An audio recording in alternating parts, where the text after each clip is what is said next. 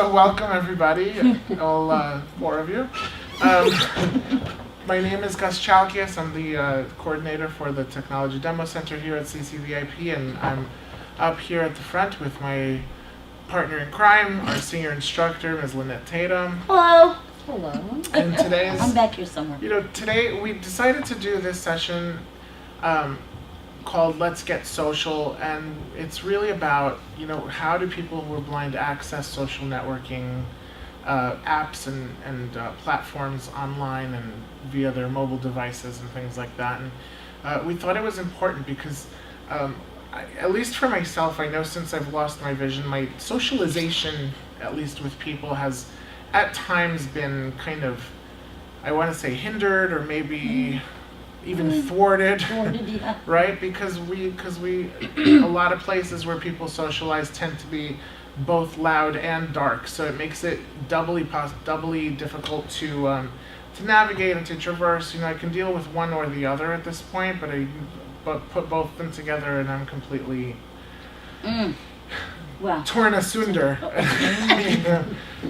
So we decided to do this presentation really to give people information on how do we access social networks and social network websites rather. So to start, the first question I guess we want to answer or we want to ask is, what is a social network? And a social network is something that, or at least the way it's created in its current digital iteration, is a way for us to interact with people from the comfort of our own phone or of our own home or of our own office or wherever. And we don't necessarily have to directly interact with people, but we do keep in touch with them on a very regular basis through things like Twitter and Facebook, which will be the focus of today's presentation. And a lot, prior to the personal computing and internet, widespread internet availability, how did people get to know new people, right? Through networking events or through networking opportunities and social events. So they went to places and people who knew other people introduced people that they knew to each other. And now these two people who had a mutual friend were now friends or were now acquaintances, and it expanded their social circle. And that's basically what Facebook and Twitter are designed to do, is to start expanding our circles.